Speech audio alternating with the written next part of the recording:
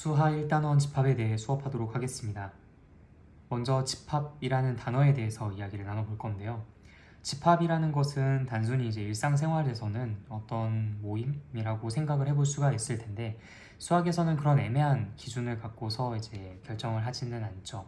그래서 이 수학에서 말하는 집합이라는 것은 일상생활에서 말하는 그 집합이랑 근본적으로 다른 부분이 기준이라는 것이 있다라는 점입니다. 기준이 있다라는 것을 조금 더 직관적으로 이해하기 쉽게 말씀드리자면 어떤 조건에 의해서 이 집합에 속할 수 있는 대상과 속하지 못하는 대상을 명확하게 구분할 수 있는 그 기준이 있다라고 얘기를 해보시면 될 것 같아요. 즉 예를 들어서 아름다운 꽃들의 모임, 아름답다라는 그 기준은 상당히 좀 애매모호합니다. 어떤 사람 입장에서는 이 꽃을 아름답다라고 할 수가 있고 저 꽃을 아름답다라고 하지 않을 수가 있죠. 그렇지만 또 다른 사람은 이 완전 반대로 이 꽃을 아름답지 않고 저 꽃을 아름답다라고 이야기를 할 수 있습니다. 이렇게 기준이 불분명한 것은 우리가 집합이라고 부를 수가 없어요.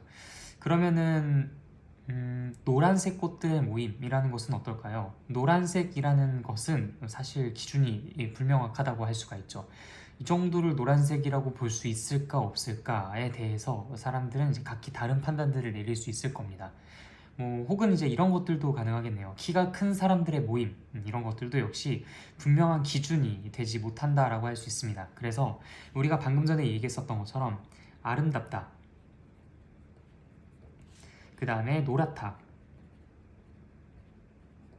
그 다음에 크다, 등등 이러한 수식어를 가지고 이야기를 한다라고 한다면 그것은 기준이 불분명하니까 수학에서 말하는 집합에 해당한다라고 보기가 좀 어렵다라고 정리를 해볼 수가 있을 것 같습니다. 그런데 예를 들어서 남자들의 모임, 여자들의 모임 이런 식으로 그 기준에 대해서 우리가 분명히 이렇다 저렇다라고 나눌 수 있는 그러한 구분할 수 있는 그 경계가 있다면 그럼 그것은 집합이라고 할 수가 있어요. 예를 들어서 어떤 A 고등학교에 남학생들의 모임이라고 한다면 A 고등학교 안에 있는 남학생들이 되는지 안 되는지에 대해서 분명하게 기준을 잡고 얘기를 해볼 수가 있죠. 마찬가지로 여학생도 똑같을 겁니다. 또 이런 것들은 어떨까요? 어떤 숫자보다 큰 수의 모임, 예컨대 2보다 큰 정수의 모임, 이것은 분명히 집합이라고 할 수 있습니다. 예를 들어 3이라는 숫자는 2보다 큰 정수에 해당하니까 이 모임의 구성원이 될 수 있지만 1이라는 것은 이 기준에 부합하지 못하기 때문에 이 모임에 들어갈 수 없게 되겠죠. 그래서 이런 것들도 우리는 집합이라고 이야기를 할 수 있습니다. 그래서 집합이라는 것을 다시 한번 정리를 해보자면 이건 단순한 모임이 아닙니다. 어떤 조건에 의해서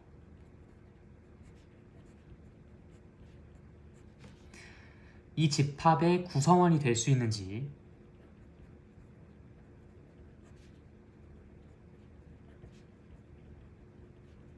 명확하게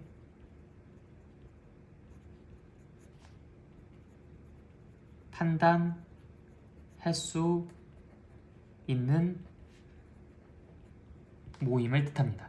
그래서 어떤 조건에 의해서 이 모임의 구성원이 될 수 있는지 명확하게 판단할 수 있는 그러한 모임을 집합이라고 이야기를 해요. 그러니까 어중간한 모임은 집합이라고 취급하지 않습니다. 네.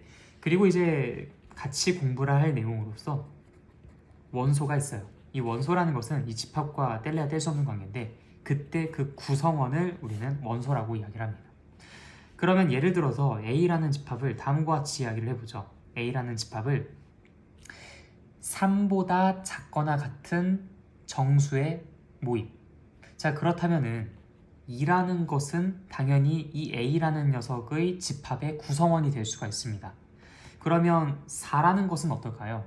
3보다 작거나 같은 정수의 모임이라는 그 기준에 부합하지 않습니다. 그래서 이 4는 이 집합 A의 구성원이 될 수 있다고 얘기할 수 없죠. 즉 2는 집합 A의 구성원, 4는 집합 A의 구성원이 아니게 됩니다.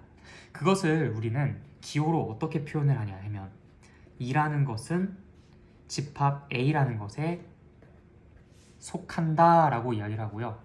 4라는 것은 집합 A에 속하지 않는다 라고 이야기를 합니다. 자, 그래서 우리가 어떤 원소가 어떤 집합의 구성원이 되는지 혹은 안 되는지에 대해서 이 수학적인 기호를 사용해서 표현할 수 있음을 약속을 해요. 자, 그럼 이 A라는 것을 얘기하고 싶을 때 우리가 지금처럼 이렇게 그냥 문장으로서만 이야기를 해줄 수 있는 것이냐? 그건 아닙니다. 이 A라는 집합을 표현할 수 있는 방법은 크게 두 가지가 있어요. 물론 기하학적으로 표현할 수 있는 방법으로서 하나를 더 공부를 하긴 하지만 그거는 사실 우리가 여기에서 얘기하는 그 두 가지 중에 하나를 조금 더 시각적으로 표현한 것이라고 보는 게 좀 더 타당합니다. 자, 그러면은 집합 A라는 것을 나타낼 수 있는 방법으로 어떤 것들이 있는지 이 두 가지에 대해서 한번 순차적으로 얘기를 해보도록 할게요. 예를 들어서 이 집합 A라는 것은 5 이하의 자연수의 모임이라고 하겠습니다. 그럼 이 집합 A에 들어갈 수 있는 구성원은 1, 2, 3, 4, 5 총 5개의 원소가 있어요. 자, 그렇게 되면은 우리는 이 집합 A의 원소 1, 2, 3, 4, 5를 모두 다 적어줌으로써, 즉 모든 원소를 전부 다 나열함으로써 이 집합 A가 어떤 모임인지를 명시해 줄 수가 있겠죠. 이것을 모든 원소를 전부 다 나열해서 표현을 한다라고 하여 원소 나열법이라고 이야기를 합니다.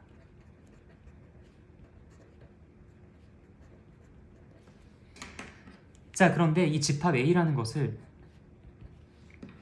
이렇게 원소를 다 일일이 나열하는 것이 아니라 뭔가 지금과 같은 설명으로서 표현을 하고 싶은 그런 순간도 있겠죠. 그래서 이제 그렇게 설명, 즉 조건을 걸어가면서 그 집합을 표현한다라는 관점에서 다음과 같이 적어볼 수도 있습니다. 이거는 분명한 수학적인 약속이 필요했었을 텐데요. 집합 A의 원소를 우리가 A라고 이야기를 하겠다. 근데 그 A에 대해서 부가적인 설명을 해주겠다라는 거예요. 그래서 그때 바라고 부르는 기호를 사용을 합니다. 짝대기라고 이제 볼 수가 있는데 이 짝대기 모양이라서 이름이 바예요. 그래서 이제 A 바, A는 5 이하의 자연수 라고 이야기를 해볼 수 있습니다. 자, 그러면 분명히 이렇게 원소를 하나하나 나열하는 것에 비해서는 조금 더 깔끔하고 명료하겠지만 실제로 이것을 한 번 더 해석해야 한다라는 측면에 있어서는 얘보다는 덜 직관적이라고 볼 수는 있을 것 같아요. 이런 식으로 조건을 걸어서 조건을 설명하면서 제시하는 방법이라고 하여 조건 제시법이라고 이야기를 합니다. 자, 그러면 우리가 원소나열법과 조건제시법 이 두 가지를 공부를 했으면 어떤 상황에서 어떤 것이 더 적합한 방법이 될 수 있는지 그런 것들에 대해서 좀 구분을 해봐야 될 것 같은데요. 원소나열법 같은 경우에는 원소의 개수가 적고 그 다음에 이 원소를 내가 어떤 특정한 조건을 가지고 설명하기가 좀 애매모호할 때 그때 원소나열법을 주로 씁니다. 자, 지금 같은 경우에서는 1, 2, 3, 4, 5 원소의 개수가 적기 때문에 원소나열법으로 얘기를 하는 것이 그다지 불편하진 않아요. 자, 그런데 이제 조건제시법은 그것과 약간 좀 반대입니다. 원소의 개수가 너무나 많다거나 아니면 이 원소를 뭔가 좀 이렇게 깔끔한 하나의 문장으로 혹은 조건으로 정리가 가능할 때 그때 우리는 조건제시법을 사용을 해요. 자, 그렇다면은 예를 들어 A라는 것이 실수 전체 모든 숫자들을 전부 다 담고 있는 그러한 집합이라고 생각해 봅시다. 그럼 이걸 원소나열법으로 표현을 할 수 있을까요?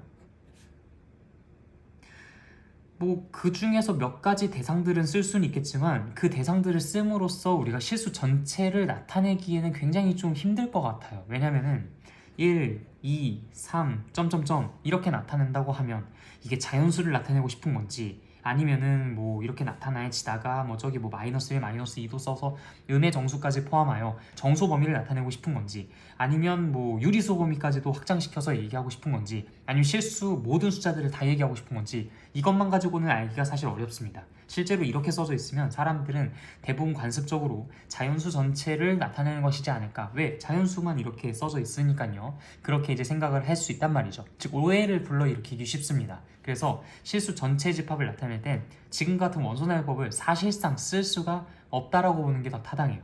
자, 그렇다면은 이 집합 A라는 것을 같은 집합 A라는 것을 이제 조건제시법으로 표현한다면 어떻게 표현할 수 있을까요? 똑같이 A 바 A의 구조를 갖고 가서 얘기를 하면 될 것 같습니다. A 바 A는 모든 실수. 자, 원소의 개수가 많아서도 문제겠지만 실제로 이것은 모든 실수를 원소로 갖는다라며 간결하고 명료하게 조건을 걸어 제시할 수 있는 방법이 보다 더 이해하기가 편하기 때문에 원소나열법보다는 조건제시법이 더 유용한 상황이다라고 이야기해 줄 수 있을 것 같아요. 자, 그렇다면은 이런 상황은 어떨까요? A라는 그 집합의 원소가 3, 7, 10, 11, 15, 16 이렇게 있다고 가정해 봅시다. 뭔가 좀 규칙이 보이나요? 저도 사실 아무 생각 없이 적어 놓은 겁니다. 자, 이런 경우에는 물론 원소의 개수가 적어서 원소나열법으로 나타내는 게 좋겠다라고 얘기를 할 수도 있지만 무엇보다 조건을 걸어서 제시할 수 있는 방법이 마뜩치 않아요. 따라서 이런 경우에는 조건제시법보다 원소나열법이 조금 더 편할 것이다 라고 얘기를 하는 게 타당하겠죠. 따라서 우리는 이 두 가지 방법을 모두 다 공부를 했고 이 두 가지 방법이 어느 상황에서는 뭐가 더 좋고 어느 상황에서는 뭐가 더 좋고 이렇게 나뉘는 것 뿐입니다. 그러면 이 중에서 여러분들이 생각했을 때 훨씬 좋다고 생각하는 그 방법을 적용시켜서 문제를 해결해 주시면 돼요. 어떤 상황에서 원소를 나열해서 표현하는 게 더 적합하다. 그럼 원소 나열법으로 어떤 집합을 나타내 주시면 되겠고요. 조건을 제시해서 표현하는 것이 더 적합한 것 같다. 그럼 진짜 말 그대로 조건을 제시해서 표현해 주시면 되는 겁니다. 그래서 이런 것들은 뭐가 더 좋다 나쁘다라는 것을 따질 것이 아니라 적재적소에 맞게 선택해서 사용하시면 된다라고 정리해 볼 수 있겠습니다.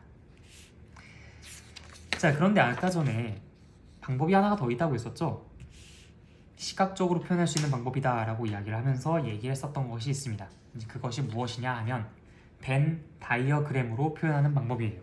이 벤이라는 것은 어입니다. 그래서 이제 벤 다이어그램으로 표현하는 방법이 있는데 이 방법이 이제 어떤 방법이냐 하면은 사실 우리가 앞서서 공부했었던 원소나열법과 조건제시법 이 둘 중에 원소나열법을 시각화시킨 것이라고 보는 게 이제 더 올바른 설명일 것 같아요. 자, 벤 다이어그램이라는 것은 예를 들어서 A라는 집합이 1, 2, 3, 4, 5로 구성이 되어 있으면 이것을 다음과 같이 이렇게 시각적으로 표현하겠다라는 겁니다. 그럼 이거랑 도대체 무슨 차이가 있느냐? 나중에 이제 우리가 집합의 연산을 공부하고 연산 성질들을 공부하고 그럴 텐데 그러한 상황에서 응용해 먹기 얘보단 얘가 훨씬 더 유리합니다. 그래서 예를 들어서 나중에 이제 공통된 원소를 취하고 있는 집합 B라는 것을 생각을 해본다면 이때 3이랑 4를 같이 품고 있는 새로운 집합으로 이런 식으로 시각화를 시킬 수가 있어요. 그래서 이 집합은 A, 이 집합은 B라고 해서 이 두 개 집합 사이의 상관관계를 단순히 이렇게 원소를 나열해서 표현하는 것보단 시각적으로 표현하는 것이 보다 더 보기가 편하기 때문에 이 벤 다이어그램을 유용하게 사용하는 순간이 또 찾아올 겁니다. 쓰지 말라고 해도 쓰시게 될 거예요. 그래서 이제 그러한 방법들도 같이 일단 지금 현재 알아두고 가면 좋을 것 같다. 네, 여기까지 집합을 제시하는 방법 총 3가지를 공부를 해봤습니다.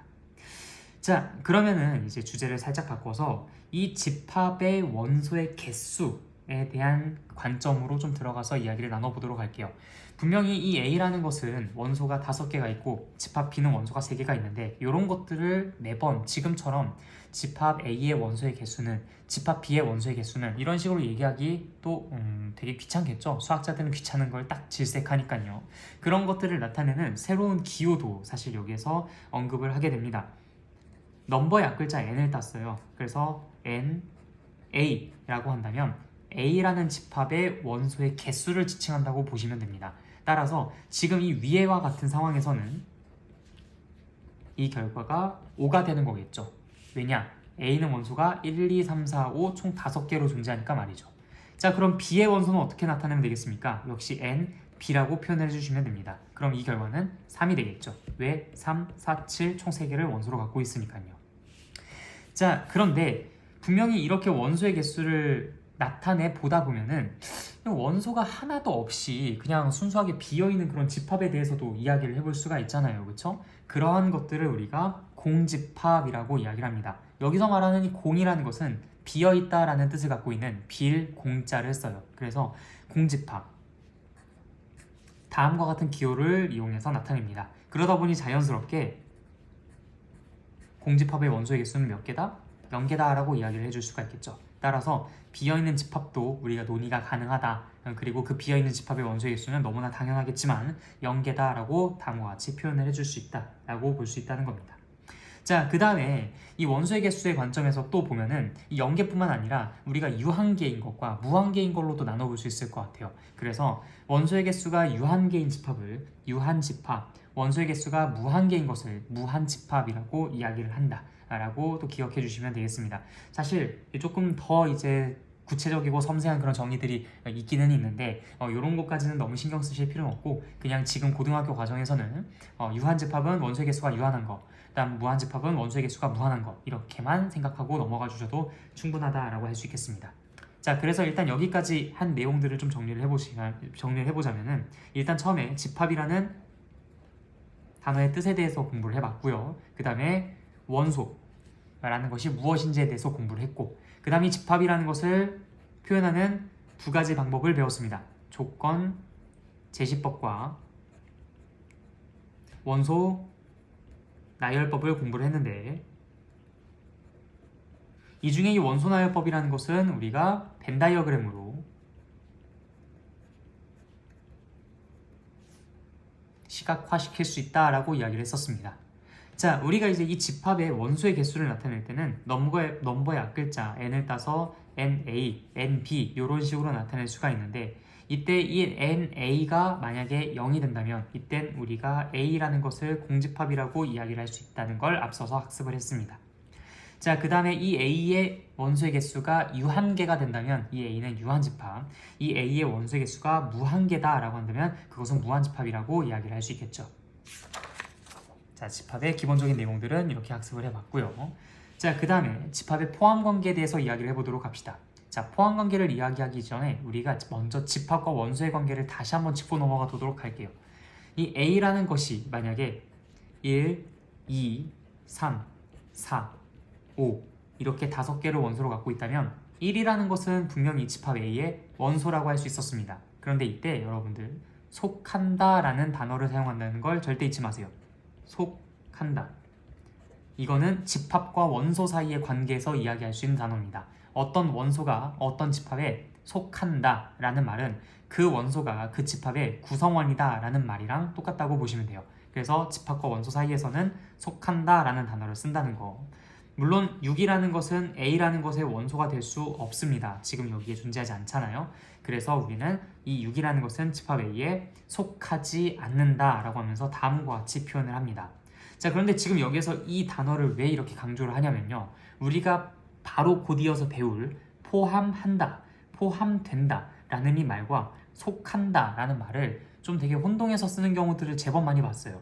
즉 무슨 얘기냐, 집합과 원소 사이의 관계를 얘기할 때는 속한다 라는 단어를 사용해야 되는데 집합과 원소 사이의 관계를 얘기할 때 포함된다, 포함한다 라는 단어를 쓰고, 마찬가지로 원래 집합과 집합 사이의 관계에서 포함된다, 포함한다 라는 단어들을 써야 되는데 집합과 집합 사이에서 속한다 라는 단어를 쓰면서 이 의사소통이 원활하게 이루어지지 않는 그런 상황들도 더러 존재를 합니다. 그래서 여러분들이 이 속한다 라는 그 단어는 어느 상황에서 사용하는지, 어떤 의미를 갖고 있는지, 포함한다라는 것은 어떤 의미를 갖고 있고 어떤 상황에서 사용이 되는지, 이것에 대한 명확한 정리가 여기에선 좀 필요할 것 같아요.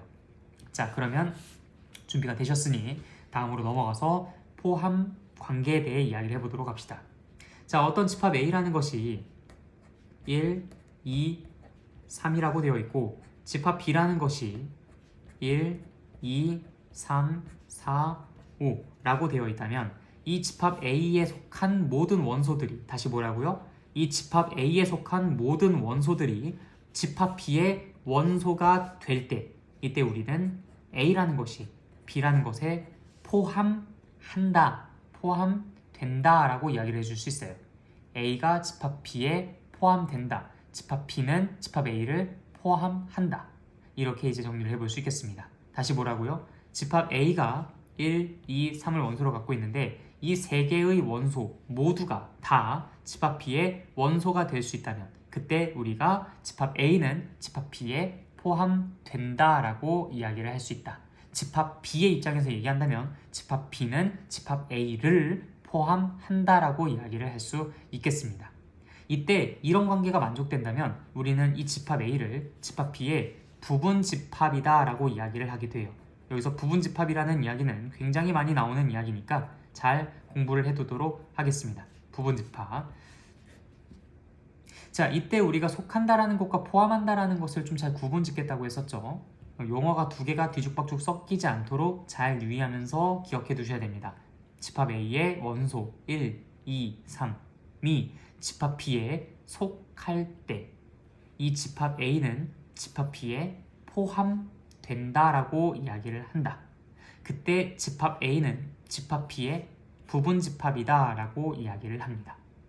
만약에 이 집합 C라는 것이 1, 2, 6이라는 원소를 갖고 있다면 이 집합 C에 속하는 모든 원소가 집합 B에 속하지는 않기 때문에 우리는 이 집합 C가 집합 B에 포함된다라고 이야기할 수 없습니다. 6이라는 것이 B에 존재했었다면 C 역시도 B에 포함된다라고 이야기를 할 수 있었겠지만 이 C의 원소 중 6이라는 것은 집합 B에 속하지 않기 때문에 C는 B에 포함되지 않는다라고 이야기를 할 수 있다는 겁니다. 계속 지금 의식적으로 속한다라는 말과 포함한다라는 말, 포함된다라는 말 이들을 번갈아 가면서 사용하고 있어요. 그래서 어떤 상황에 속한다가 사용되는지 어떤 상황에서 포함한다, 포함이라는 단어가 사용되는지 이것을 잘 구분했으면 좋겠습니다. 집합 C의 원소들이 집합 B에 속하면 포함된다. 지금처럼 속하지 않으면 포함되지 않는다. 구분이 되시죠? 원소랑 집합 사이의 관계에서 얘기할 때 속한다. 집합과 집합 사이의 관계에서 얘기할 때 포함한다, 포함된다. 잘 구분하시길 바라겠습니다. 자, 그렇게 이제 우리는 집합 A가 집합 B의 부분 집합이다 라는 이야기를 했고요. 자, 우리 아까 전에 공집합이라는 것을 다루지 않았습니까? 이 공집합이라는 것은 원소가 아무것도 없어요. 그래서 표현을 이렇게 해줄 수가 있는데, 자, 이 공집합에 속하는 모든 원소가 집합 A에든 집합 B에든 집합 C에든 어떻습니까? 모두 속한다라고 보는 게 조금 타당해 보이죠, 그렇죠? 사실 이 부분은 이렇다 저렇다라고 논쟁거리로 삼고 싶지는 않았기 때문에 이 공집합은 모든 집합에 포함된다라고 사실상 약속을 합니다. 그래서 공집합은 모든 집합의 부분 집합이다 라고 정의가 되었다 라고 보는 게 타당하고, 실제로 이것은 포함된다 안 된다 뭐 여기에 뭐 원소가 있네 없네 없으면 이게 속한다고 할 수 있네 없네 이런 식으로 논쟁거리가 아니에요. 이거는 이제 우리가 약속을 한 것이기 때문에 그렇구나 라고 받아들이면 되는 부분이고, 방금 전에 여기서 말씀드렸듯이 이 공집합의 원소가 아무것도 없으면 그래도 얘 일부가 된다라고 얘기할 수 있지 않겠습니까? 따라서 공집합은 얘네들에게 포함된다라고 이야기하는 게 그래도 합리적이지 않겠습니까? 라고 하는 것은 우리가 어떻게든 최대한 이해해보려고 하는 하나의 조치였었던 겁니다. 그래서 이 공집합은 어떤 집합이나 전부 다 어떻다? 포함된다. 이 공집합은 그 어떤 집합이나 다 무엇이다? 부분 집합이다 라고 정의가 되어 있다. 꼭 그렇게 알아두시길 바라겠습니다. 자, 그러면 이것은 어떨까요? A라는 집합이 아까 1, 2, 3이었습니다. 그럼 그것은 자기 자신인 A라는 집합에 포함될까요? 그럼 우리는 이 집합 A에 속한 모든 원소 1, 2, 3이 그 집합 A에 속하는지만 알아보면 됩니다. 당연히 A의 원소인 1, 2, 3은 A에 속하기 때문에 A는 A에 포함된다라고 할 수 있어요. 따라서 A는 A의 부분 집합이라고도 할 수 있습니다. 자, 그래서 부분 집합을 정리를 하자면 공집합 그리고 자기 자신은 반드시 그 집합의 부분 집합이 될 수 있어요. 그리고 지금처럼 모든 원소가 상대의 집합의 원소가 될 수 있을 때 포함된다라고 이야기를 할 수 있고, 단 하나만이라도 안 된다면 포함된다라고 이야기를 할 수 없습니다. 자, 이렇게 포함 관계랑 부분 집합에 대해 정리를 해봤어요. 자, 그런데 요거를 이제 벤 다이어그램으로도 또 표현을 해볼 수가 있는데, 그런 경우에는 보다 더 이게 직관적으로 더 잘 와닿습니다. 여기 옆에다가 같이 한번 그림을 그려볼까요? A라는 것은 분명히 1, 2, 3이라는 원소를 갖고 있습니다. 그러면 이 집합 B는 어떻게 그려질까요? A라는 것을 포함하게끔 왜 1, 2, 3이라는 걸 원소로 갖고 있으니까요. 그리고 4랑 5라는 것을 원소로 갖고 있는 이러한 모양으로 집합 B가 완성이 될 겁니다. 그래서 아하, 포함되는 집합은 지금처럼 안에 폭 안겨있는 그런 모양을 띠고 있구나 라고 관찰해 보시면 되겠고요. 그러다 보니까 당연히 이 부분에 해당하는 집합인 것처럼 보이죠. 그래서 이름이 부분집합이다 라고 이야기를 한다는 거. 그런데 아까 이 밑에서도 얘기를 했듯이 공집합과 본인 스스로는 자기 자신의 부분집합이다 라고도 얘기할 수 있으니까 약간 좀 그 벤 다이어그램으로 그려봤을 때 와닿지 않을 수 있는 그런 그림이 만들어질 수도 있어요. 똑같은 원을 그리려고 했는데 이 그림 실력이 영 좋지가 않아서 오해를 불러일으킬 수 있겠네요. 이 집합 A랑 이 집합 A는 서로 같은 집합인데 이 두 개의 집합은 얘가 얘에 포함되고 쟤가 얘에 포함됩니다. 그래서 얘는 얘의 부분집합이고 얘는 얘의 부분집합이에요. 이게 진짜 완전한 부분은 아닌 것 같은데? 라는 의문이 좀 생기기는 하죠. 그래서 아무래도 그게 진짜 찐 부분집합은 아닌 것 같은데 라는 그런 의미로 A라는 것은 A의 진 부분집합은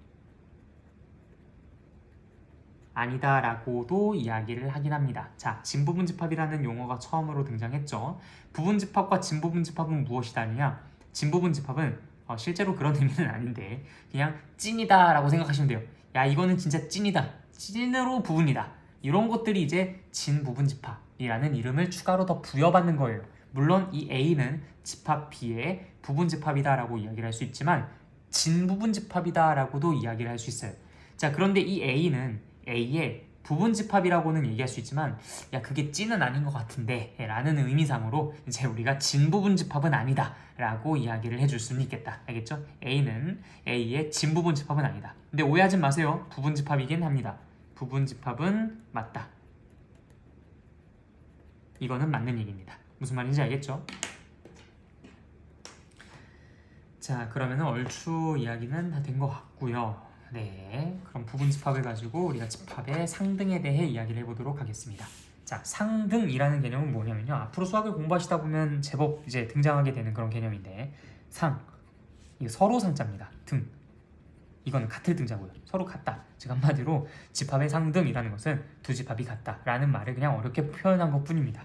자, 그래서 A라는 집합과 B라는 집합이 만약에 서로 같다면은 이거는 이제 우리 입장에서는 당연하게도 원소가 똑같으면 같은 거 아닐까 라고 생각을 할 수 있어요. 맞습니다. 정확하게 맞아요. A의 원소랑 B의 원소가 정확히 같으면 그러면 그 두 개 집합은 서로 같은 집합인 겁니다. 근데 그거를 약간 멋없게 두 집합의 원소가 서로 같을 때 이런 식으로 표현할 수는 없잖아요. 그래서 포함관계로 이 집합의 상등을 표현을 합니다. 만약에 A가 B에 포함이 되고 동시에 B 역시도 A에 포함이 된다면 그럼 그때 A랑 B는 서로 같다. 이게 집합의 상등이에요. 무슨 말인지 한번 생각해 볼까요? A의 모든 원소가 B에 속하는 겁니다. 단 하나도 빠짐없이요. B의 모든 원소는 A에 속한대요. 단 하나도 빠짐없이요. 그럼 이 상황에 발생할 수 있는 건 오직 어떤 상황이겠습니까? 둘이 똑같을 때, 뭐 하나 더 많은 것이 있지 않고 완전히 똑같을 때, 얘의 모든 원소들은 전부 다 얘에 속하고 얘의 모든 원소들은 전부 다 얘에 속할 때, 즉 얘는 얘에 포함되고 얘 역시도 얘에 포함될 때, 이런 구조라면은 불가능하죠. 이렇게 가불관계에 있는 경우에는 얘는 얘에 포함되지만 얘는 얘에 포함된다고 할 수 없습니다. 그런데 이렇게 서로 똑같은 경우는요, 그때는 얘는 얘에 포함되고 얘 역시도 얘에 포함된다라고 이야기해 줄 수 있어요. 그래서 아하, 이 경우가 아니라 이 경우가 될 수 있는 건 이렇게 집합의 상등을 부분집합을 가지고 표현할 수 있으니 이제 그렇게 나타낼 수 있겠구나 라고 볼 수가 있는 것이죠. 그래서 A가 B에 포함되고 B가 A에 포함된다면 두 개 집합은 서로 같을 수밖에 없겠다. 원소가 서로 똑같은 그 상태가 집합이 서로 같은 상태인데 이렇게 서로 간의 포함관계가 동시에 발생하게 된다면 그러면 같다라고 취급해 줄 수 있을 테니까 그게 집합의 상등입니다. 네, 별로 어려운 내용은 아니었죠. 자, 그 다음에 이제 중요한 내용으로서 부분집합의 개수에 대한 이야기가 나옵니다. 자, 예를 들어서 A라는 집합이 이렇게 3개의 원소로 이루어져 있다고 생각해 볼게요. 자, 그러면 이 A라는 것이 이 3개의 원소를 갖고 있기 때문에 우리는 이 집합 A라는 것이 먼저 공집합과 1만을 원소로 갖고 있는 집합과 2만을 원소로 갖고 있는 집합, 3만을 원소로 갖고 있는 집합, 그리고 더 나아가서 1과 2를 원소로 갖고 있는 집합, 그리고 1과 3, 그리고 2랑 3, 그리고 자기 자신 1, 2, 3을 원소로 갖고 있는 집합, 이렇게 하나, 둘, 셋, 넷, 다섯, 여섯, 일곱, 8개를 부분 집합으로 가질 수 있다라고 이야기해 줄 수 있어요.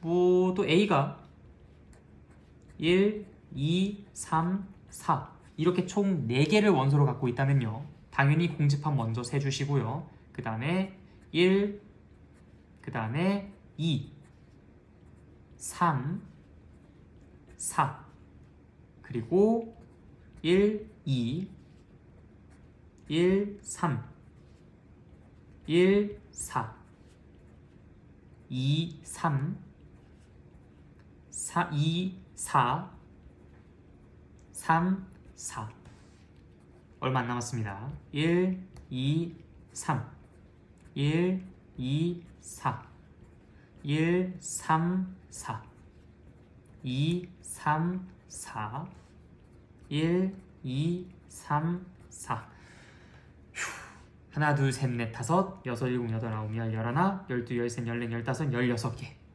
자, 그런데 여기서 만약에 원소의 개수가 하나가 더 추가가 된다면 이렇게 다 일일이 나열해가지고 개수를 세는 건 정말 힘든 일이 될 것 같죠? 자, 그래서 우리가 이 부분집합의 개수를 구하기 위해 이렇게 다 일일이 나열하는 것이 아닌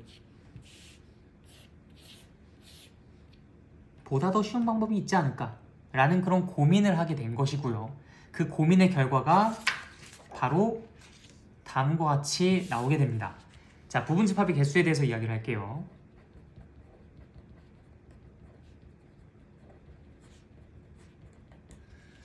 자, 예를 들어서 이 A라는 것이 1, 2, 3, 4라는 4개 원소를 갖고 있다고 생각해 봅시다. 자, 그러면 내가 이 A의 부분집합을 만들기 위해서 일단은 괄호를 하나 만들었어요. 자, 그 상태에서 1, 2, 3, 4 이 4개의 원소 중에 어떤 것을 가지고 부분집합을 만들 것인지 그러한 고민을 하고 있다고 생각해 보겠습니다. 자, 그러면 1이라는 것이 이 안으로 들어올지 말지에 대해서 선택을 하겠죠. 자, 1을 넣을까 말까에 대한 선택을 할 겁니다. 그럼 그거에 따라서 2 역시도 넣을지 말지를 선택하겠죠. 그러면 3도 역시 마찬가지입니다. 넣을지 말지를 선택할 거고요. 4라는 것도 역시 넣을지 말지를 선택할 거예요. 자, 보시다시피 두 가지의 고민이 연달아 발생하고 있습니다. 그러면 우리가 이제 중학교 2학년 2학기 때 경우의 수를 공부를 했었을 때 이 경우의 수의 곱의 법칙과 합의 법칙이라는 것을 공부를 해봤었어요. 이 고민이 연달아 연이어 발생을 하고 있을 때, 즉 이 결과에 따라서 이 결과가 발생하고 그 결과들에 따라서 그 결과들이 추가로 발생한다면 그럼 그 숫자들을 모두 다 어떻게 하겠다고 배웠었죠? 곱하겠다고 배웠었습니다. 이게 경우의 수의 곱의 법칙인데, 그래서 우리는 이에 4제곱의 개수만큼 고민을 한다고 생각해 줄 수 있어요. 그럼 이에 4제곱이 얼마입니까? 16이죠? 16가지의 고민을 함으로써 내가 여기를 채워나갈 수 있다는 겁니다. 자, 예컨대 1을 넣어야지, 2는 안 넣어야지, 3 안 넣어야지, 4는 넣어야지. 그럼 1사라는 것이 만들어지는 거예요. 자, 그럼 또 하나 만들어 볼까요? 1 넣어야지, 2 넣어야지, 3 넣어야지, 4 넣어야지. 자, 이런 부분집합이 만들어진다는 겁니다.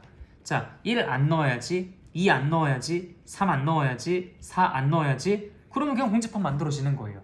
자, 우리가 여기에서 고민하는 그 개수들의 경우만큼 내가 만들 수 있는 집합의 어떤 가지수가 결정된다. 근데 그 고민을 모두 몇 가지를 한다? 16가지를 한다. 그럼 만들어지는 조합의 개수는 모두 몇 개일 것이다? 16개일 것이다. 따라서 부분집합은 몇 개일 것이다? 16개일 것이다 라고 이 논리가 흘러가는 겁니다.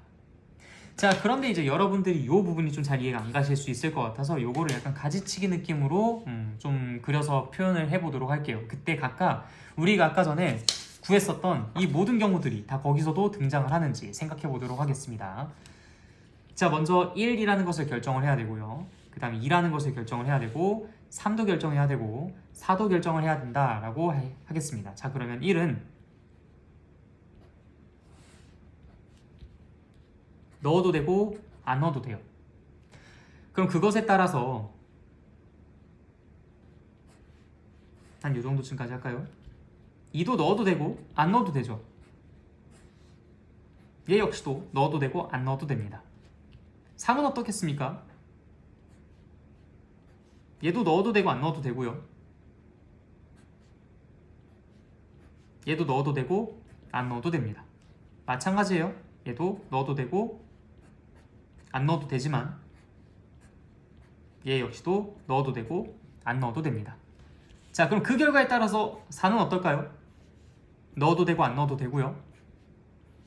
넣어도 되고 안 넣어도 되고 넣어도 되고 안 넣어도 되고 넣어도 되고 안 넣어도 됩니다. 역시 이것도 마찬가지죠? 이것도 마찬가지예요. 이것도겠죠. 자, 그렇다면은 한번 봅시다. 1을 넣고 2도 넣고 3도 넣고 4도 넣겠다. 그게 바로 뭐가 됩니까? 여기에서 이 친구에 해당하게 되죠. 자, 그렇다면은 1은 넣고 2는 안 넣고 3은 넣고 4는 안 넣겠다라면 뭐가 되겠습니까? 당연히 1 넣고 3 넣고 나머지 안 넣는 거니까 이 친구 되겠죠. 자, 다른 것도 볼까요? 1 안 넣고 2 넣고 3 안 넣고 4 안 넣었어요. 그럼 뭐만 넣는 거? 2만 넣는 것이니까 결국 여기서 이 친구에 해당하게 되겠습니다. 어때요? 여기서 나오는 그 모든 경우들이 이거냐 이거냐 이거냐 이거냐 그 다음에 또 이거냐 이거냐 그런 모든 경우들에 따라서 다 각기 다른 집합들이 만들어지지 않습니까? 그래서 우리는 1과 2, 3, 4 그들에게 선택지를 2개, 거기에 또 연달아 2개, 거기에 또 연달아 2개 이렇게 2개씩 계속 배분을 해주다 보니까 2가지에 따라 둘둘 총 여기 4가지 그 4가지에 따라 2개씩 선택지를 주니까 여기까지 총 8가지 그 8가지에 따라 2가지씩 선택지를 주니까 총 16가지 16가지의 다른 조합이 여기서 만들어질 수 있겠다라고 생각을 하는 겁니다. 자, 그래서 결론을 말씀드리자면 그러한 논리를 바탕으로 원소의 개수가 지금처럼 4개가 있다. 그렇다면은 2개씩 선택지를 받는 애들이 모두 몇 개가 나오니까 4개가 나오니까 이에 4제곱 개만큼 부분집합이 생성이 될 수밖에 없겠다라는 게 이 파트에서 우리가 학습해야 할 내용이 되겠습니다. 여기까지 무슨 말인지 다 이해되십니까? 네. 최종적으로 정리를 해서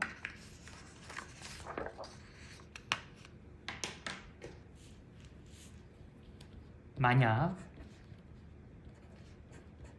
NA가 n개라고 한다면, 즉 A의 원소의 개수가 n개라고 한다면 A의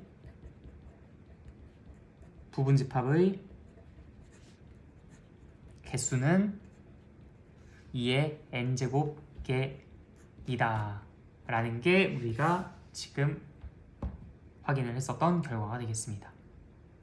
자, 그렇다면은 여기에서 몇 가지 조건을 조금 더 추가해서 더 재미난 이야기들을 해볼 수 있을 것 같아요. 자, 예컨대 A라는 것이 아까와 똑같이 1, 2, 3, 4라는 원소를 갖고 있다고 합시다. 근데 이때 1이라는 원소를 반드시 포함하는 부분집합의 개수에 대해서 이야기를 해보고 싶다고 해요. 1이라는 것을 반드시 포함하는 부분집합의 개수 어떻게 구하면 좋을까요? 우리가 아까 전에 얘기했었던 것처럼 괄호를 먼저 만들어 놓고 1, 2, 3, 4 얘네들을 넣을지 말지에 대한 고민을 하는 상황으로 생각해 보도록 합시다. 자, 1은 반드시 넣겠다고 했으니까 얘는 뭐 선택지도 없죠. 그냥 무조건 들어왔어요. 결국 선택지가 있는 애들은 누굽니까? 2, 3, 4 얘네 세 개만 선택지가 부여가 돼요.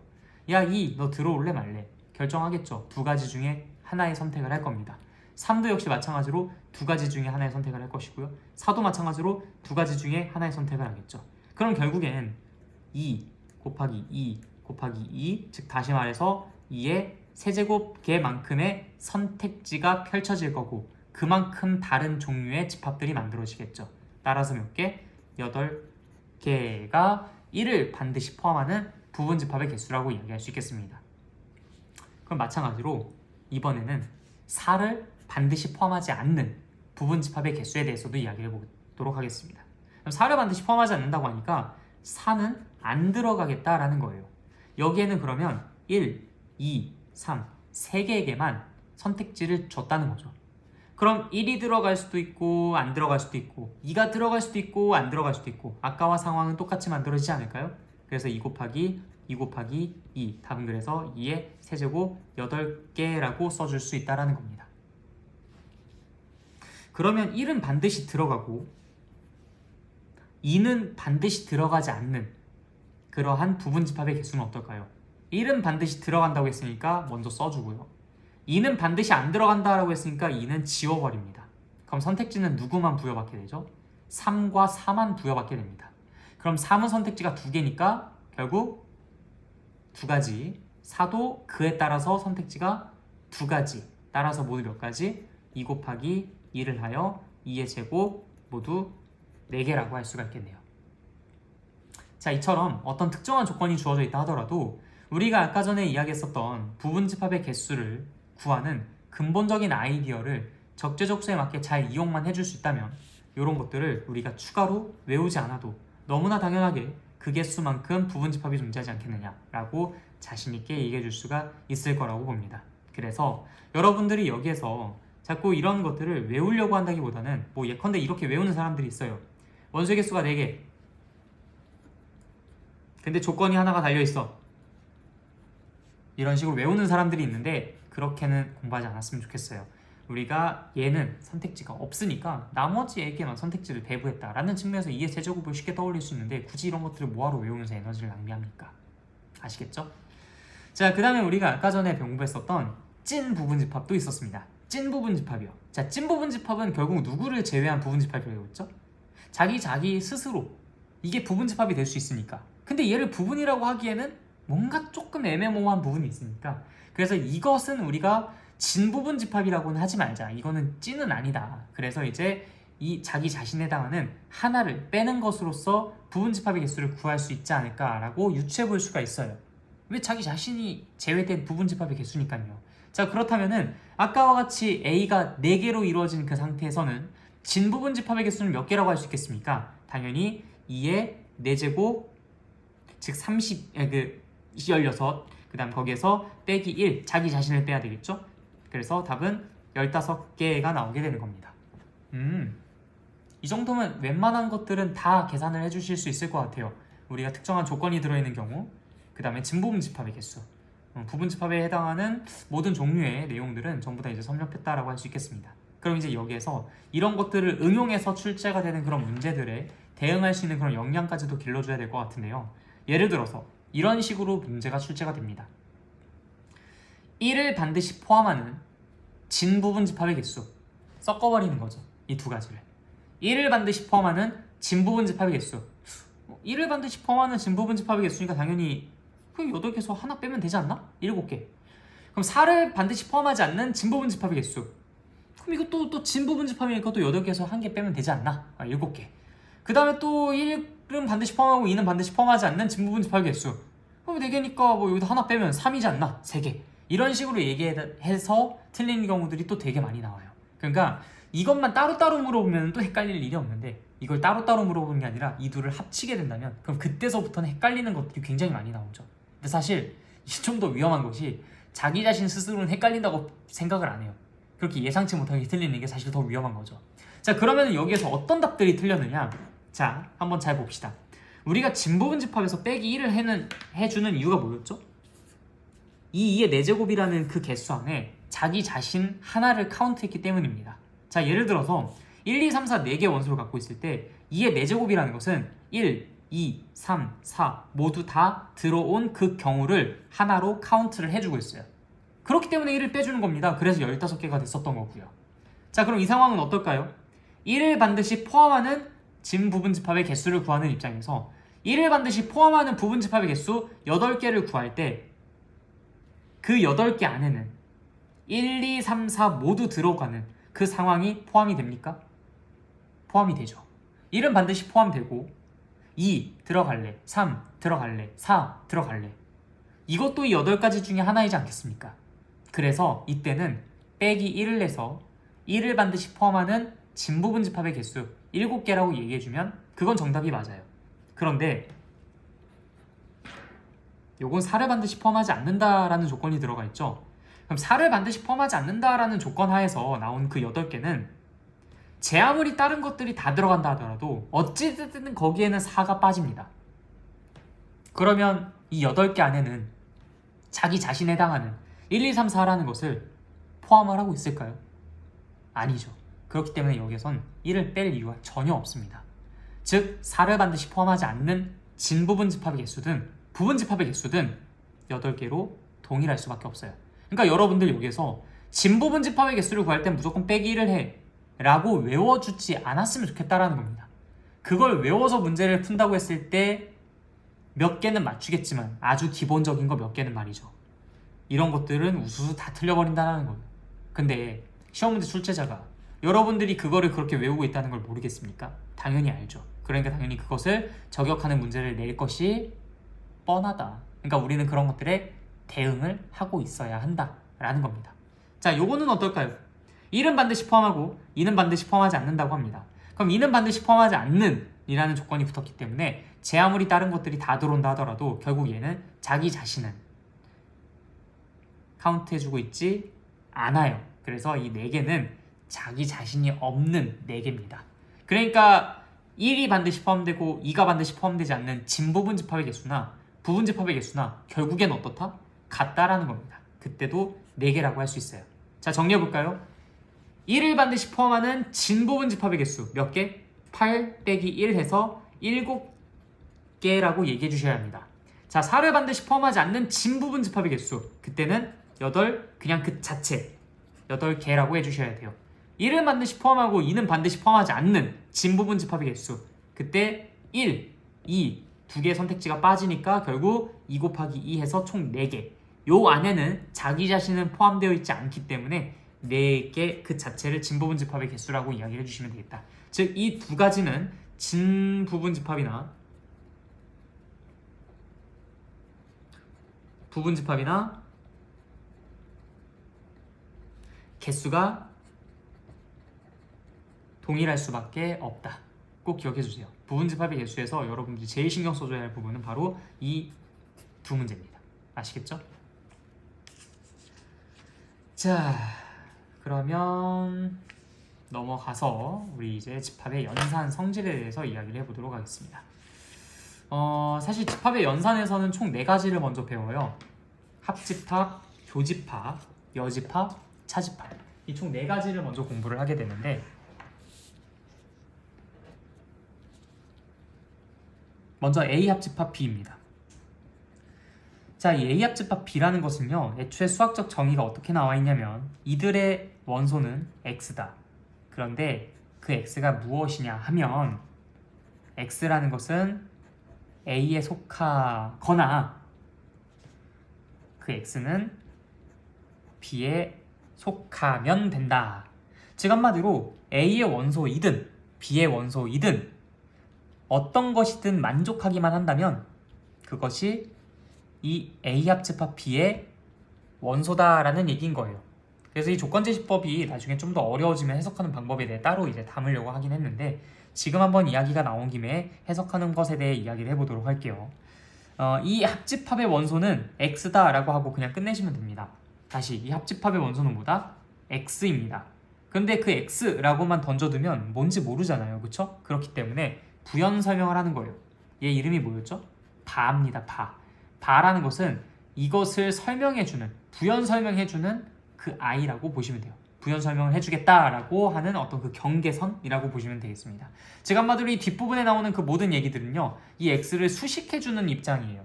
즉 X라는 것은 A의 원소거나 X는 B의 원소입니다 라고 얘를 부연 설명해주게 되는 것이죠. 자, 그러면 예시를 한번 들어볼까요?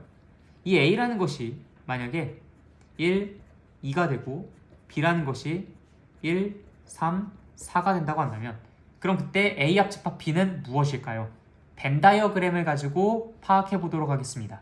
자, 일단 A라는 것은 1, 2, 그 다음에 집합 B라는 것은 이 1, 2, 3, 죄송합니다. 1, 3, 4라는 것을 갖고 있어요. 자, 근데 이렇게 따로따로 떨어뜨려서 써주는 것이 아니라 이렇게 공통인 원소가 있을 땐 그들을 같이 뭉쳐가지고 그 공통된 범위에다가 표현을 해서 그림을 그립니다. 즉, 이런 식으로 그림을 그려요. 이걸 A, 이걸 B라고 하죠. 훨씬 더 보기가 편하죠? 깔끔하고. 자, 이때 A의 원소이거나 B의 원소면 된다고 했습니다. A에 속하거나 B에 속하면 된다고요. 그러면 2도 되고, 왜 A에 속하니까요? 1도 되고, 왜? 둘 다 속하니까요. 3도 4도 다 되죠. 왜? B에 속하니까요. 그러면 그 영역을 표시해보면 이 전체다라는 것을 확인해 볼 수가 있습니다.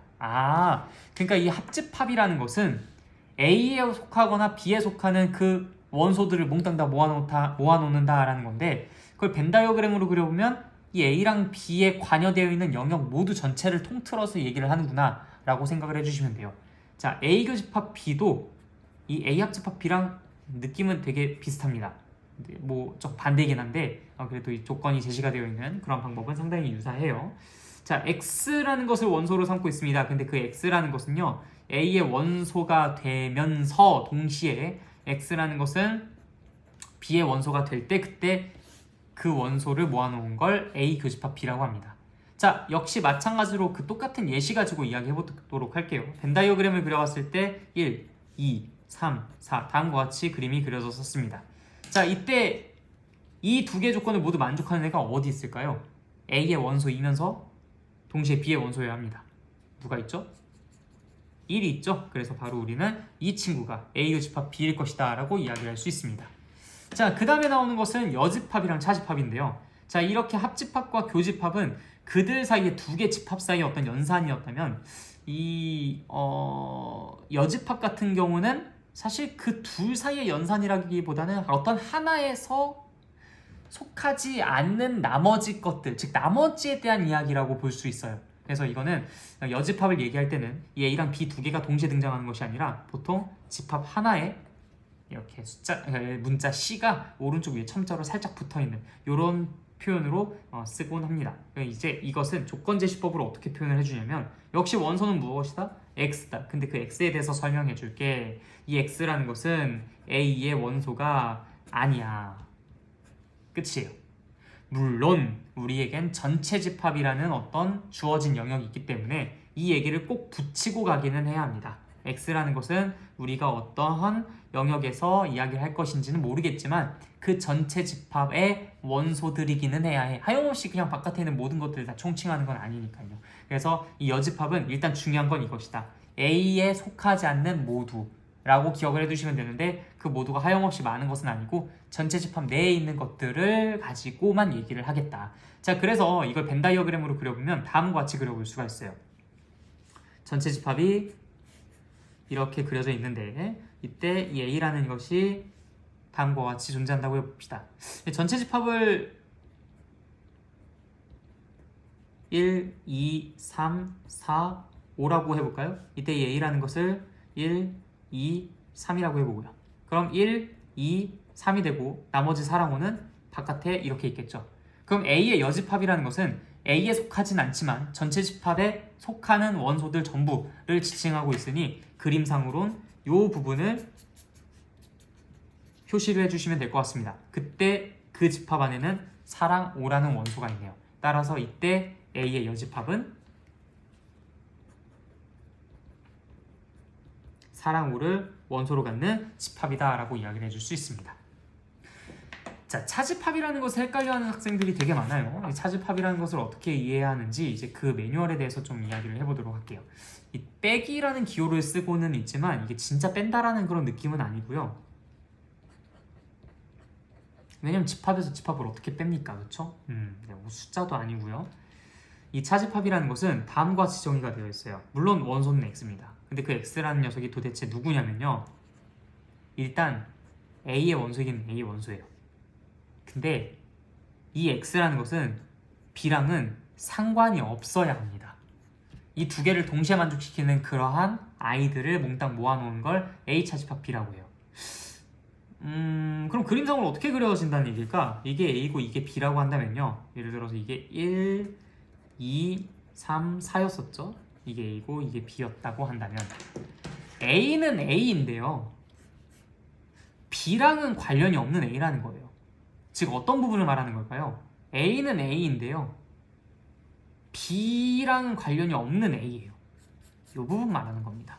이거를 그래서 저는 어떤 식으로 이야기를 하긴 하냐면 a 중 b와 관련 없는 a, 이걸 좀 더 편의상 순수한 a라고 이야기를 하게 돼요. 물론 이거는 공식적이지 않은 표현입니다. 이건 그냥 제가 수업을 할 때, 자 여러분들 a랑 b 중에서 정말 그냥 순수하게 a에만 해당하는 부분이 어디예요? 라고 이야기를 할 때 이제 쓰는 그런 표현이에요. 그러니까 이건 공식적인 표현은 아니고 그냥 여러분들이 a 차집합 b라는 것을 기억할 때 b랑은 관련 없는 그냥 순수한 그 a인 부분, 그걸 뜻하는 거구나 라고 생각을 해주시면 보다 더 이 차집합을 이해하기가 편하지 않을까라는 생각에 말씀을 드린 겁니다. 그래서 a는 a인데 b가 아닌 a, a는 a인데 b가 아닌 a, 이렇게 생각을 해보시면 돼요. 자, 그러면 이 차집합이라는 것을 이런 식으로 표현하지 않고 다르게 우리가 앞서서 공부했었던 합, 교, 여, 이 합집합, 교집합, 여집합 이 세 개를 가지고도 표현을 해볼 수가 있어요. 어떻게 표현을 하냐? 일단 a죠.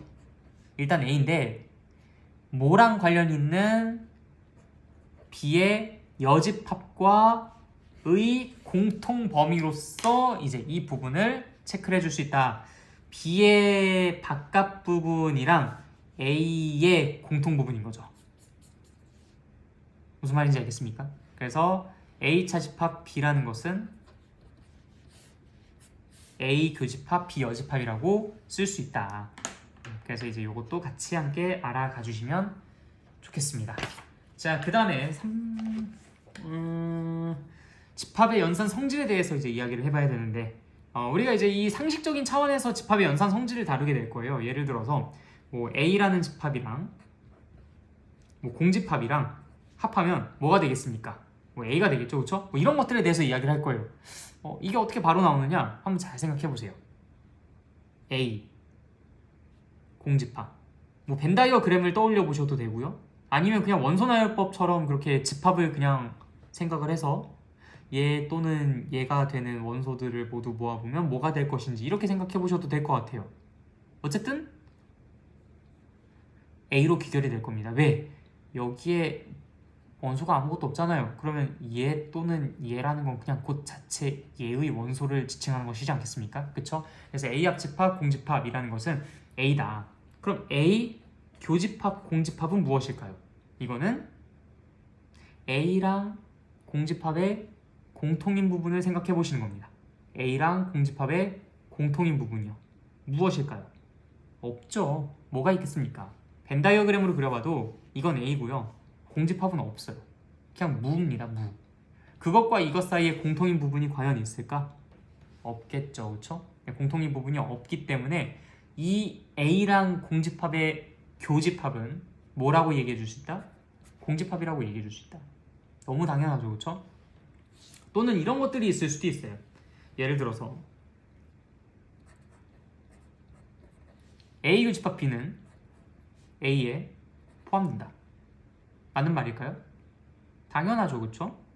근데 그 A라는 것은 A 합집합 B에 포함된다. 이 역시도 당연합니다. 네, 너무 당연하죠. 네. 이런 것들은 어떨까요? A가 B에 포함이 된다면 A 교집합 B라는 것은 뭐가 되겠습니까? 이 그림상에서 보면은 A와 B의 공통 부분이요, A가 되겠죠. A 합집합 B는요, 아까 벤다이어그램을 그렸던 걸 생각해 보세요. A이거나 B가 된다라고 하면서 색칠을 했잖아요. 그럼 B가 되겠습니다.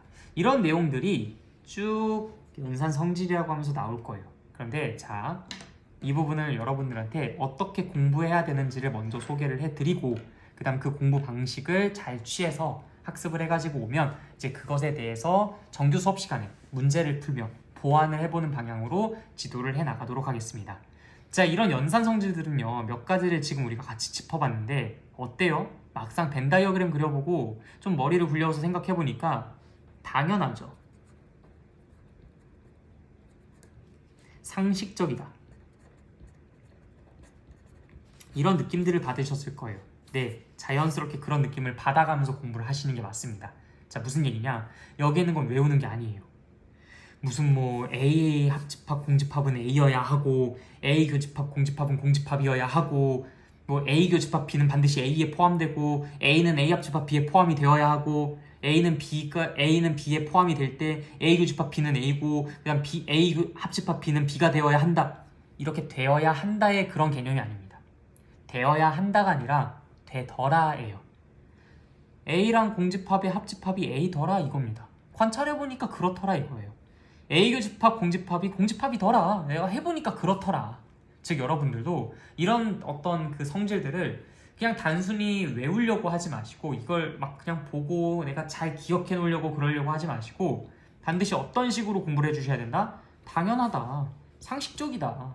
내가 지금 이걸 왜 하고 있느냐. 이 너무나 당연한 이야기를 굳이 지금 왜 하고 있느냐. 이런 느낌과 이런 기분을 느껴가면서 공부를 해주시는 게 맞다.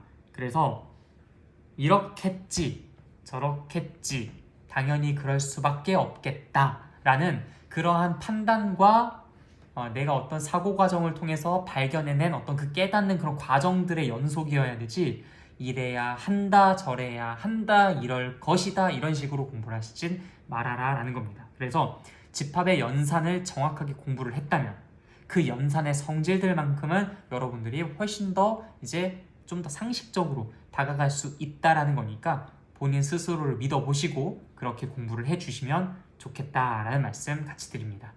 이것이 나중에 기회가 된다면 이 연산 성질이 왜 그렇게 당연하게 성립할 수밖에 없는지 뭐 몇 가지 문제를 풀어가면서 혹은 이제 그 연산 성질을 따로 모아가지고 해볼 수 있는 그런 기회를 한번 가져보도록 할게요. 뭐 시간이 허락한다면 제가 한번 그렇게도 기획을 해보도록 하겠습니다. 그런데 일단 그 전까지는 여러분들이 그러한 방식대로 공부를 해주시는 게 좋아요.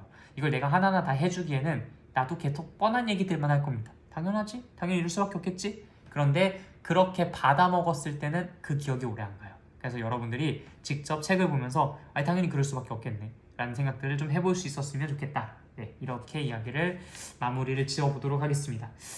자, 물론 이제 저 뒤에 나온 연산 법칙들도 마찬가지예요. 우리가 이제 합집합과 교집합에 대해서 이제 교환 법칙도 그다음 결합 법칙도 이야기를 할 수 있는데 뭐 그런 것들도 당연히 성립할 수밖에 없는 그 이유에 대해서 확인해 보시면 되고 이때 벤 다이어그램이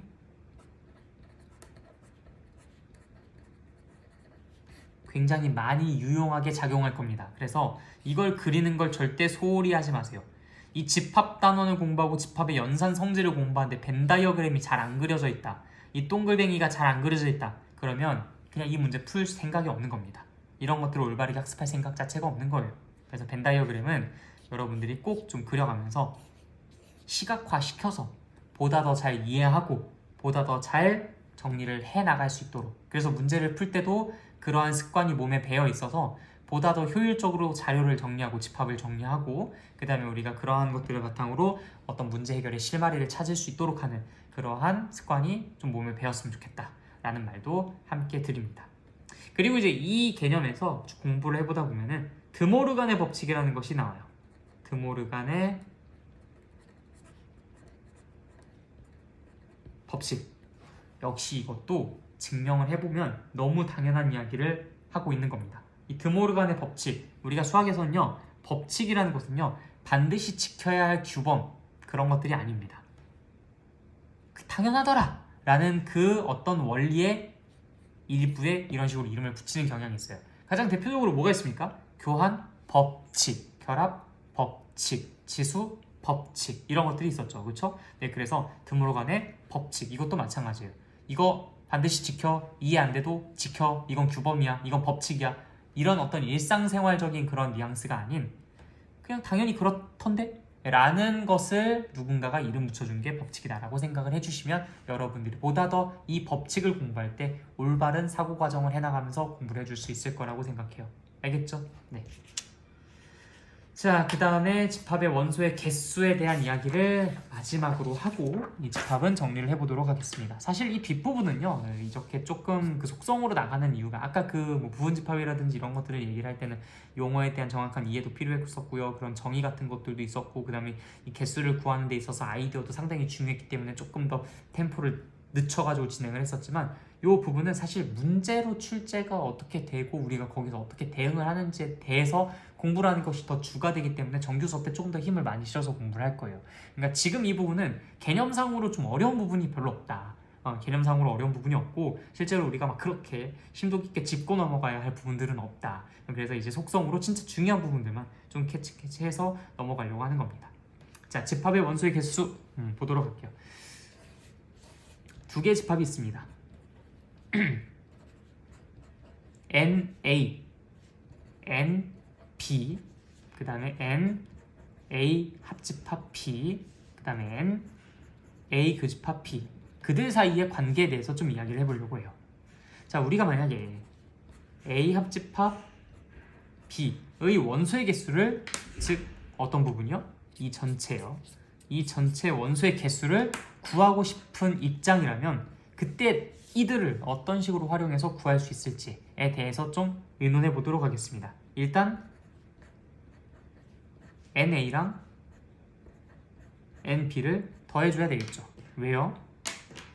당연하게도 이 부분이야. 이 부분이랑 합쳐줘야 이 전체 영역 비스무리한 부분이 구해지지 않겠습니까? 자, 근데 그때 이 가운데 있는 부분에 주목해 보세요. 이 부분이 어떻게 됐어요? A를 셀 때도 세졌고요. B를 셀 때도 세졌죠. 그럼 당연히 이 가운데 있는 부분은 두 번 세졌으니까 실제로 내가 얘기하고자 하는 그 영역에 비해선 여기에 들어간 그 원소의 개수만큼 더 많은 결과가 추출됐었을 겁니다. 그러면 우리가 그만큼을 그냥 빼주면 되는 거 아니겠어요? A 교집합 B의 원소의 개수만큼 빼주시면 그것이 A 합집합 B가 될 것이다. 너무 당연하죠. 그치? 네. 자, 그 다음에 3개짜리도 이야기를 해보도록 하겠습니다. 이게 이제 오늘의 마지막 컨텐츠가 되는데요. 자, 이게 A가 되고 이게 B가 되고 이게 C가 된다고 했을 때 우리가 원하는 건 A 합집합, B 합집합, C입니다. 자, 당연하게도 기본 베이스는요. A의 원소의 개수랑 B의 원소의 개수랑 잘못 썼네요. C의 원소의 개수를 더하는 것으로부터 시작을 해요. 자, 한번 그들을 진짜 더해보도록 합시다. 이만큼을 먼저 더할 것이고요. 그 다음에 이번엔 이렇게 빗금을 쳐볼게요. 이만큼을 또 더할 것이고요. 자, 그 다음은요. 이만큼을 더할 겁니다. 자, 그럼 보이세요? 요 부분이랑 요 부분이랑 요 부분은 한 번씩 얌전히 잘 세졌어요. 괜찮다 이거야. 그런데 자, 요 부분 보세요. 이 부분 어떻습니까? 이 부분은 한 번만 세진 것이 아니라 2번 세졌어요. 이 부분은 어때요? 이것도 역시 2번 세졌죠. 이 부분은 어떻습니까? 이것도 2번 세졌어요. 얘는 어때요? 얘는 3번 세졌어요. 문제가 있다. 자, 그러면 우리가 얘네들을 일단 한 번씩 빼줘야 될 것 같고요. 얘는요 3번 세졌으니까 2번 빼줘야 할 것 같죠? 자, 그래서 일단 얘를 빼기 시작합니다. 무엇을 빼야 돼요? A 교집합 B의 원소의 개수만큼 뺍니다. 그 다음 또 여기도 빼줘야죠.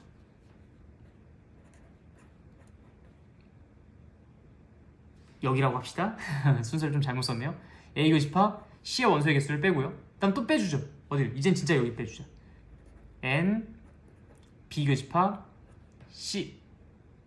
자, 근데 있잖아요. 이렇게 썼을 때 문제가 발생해요. 아니, 얘 한 번씩 빼준 건 맞아. 잘했어. 근데 얘 어때요? 얘. 이 가운데 있는 이 친구. 얘는 우리가 2번을 빼줘야 되기는 했었어요. 근데 여기서 한 번 빠졌죠. 또 빠졌죠. 이제 그만 빠져도 되는데 마지막으로 또 빠진 거야. 아니 3번 세진 것이 3번 다 덩달아 빼졌어요. 그러니까 이게 되겠습니까? 안 되겠습니까? 안 되겠죠. 그래서 마지막으로는 그걸 또 수습하러 A랑 B랑 C 모두의 교집합은 한 번 더 해주게 됩니다. 그래서 이제 이 결과가 나오는 거예요. 벤 다이어그램을 그려서 생각해보니까 너무 간단하게 해결되는 문제였죠. 그런데 이 벤 다이어그램을 가지고 내가 이 기본 베이스를 다 더해봤더니 얘네가 2개씩 세지고 얘가 그 3번이 더 세졌으니까 한 번씩 빼주고 얘는 2번 빼줘야겠다. 그래서 빼고 빼봤더니 아니 이런 얘는 2번 빼줘야 되는데 3번이 빼졌더라. 그러면 한 번은 이제 더 해줘야 되겠지. 그래서 이걸 한 번 더 더해줘야겠다. 이렇게 생각을 하면서 이 문제를 푸는 사람과 NA 더하기 NB 더하기 NC 빼기 해서 이렇게 외운 사람은 나중에 분명히 100% 이거를 하나를 더 해주는 거였나 빼주는 거였나 아니면 이게 3개를 더 해주는 거였나 빼주는 거였나 이런 식으로 헷갈리게 됩니다. 더 해야 하는지 빼는지 몇 개를 더 해야 되는지 몇 개를 빼줘야 되는지 이런 것들 총체적으로 다 헷갈려요.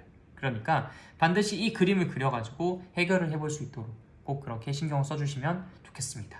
이렇게 어떤 집합의 원소의 개수를 구하는 것까지 같이 공부를 해봤어요.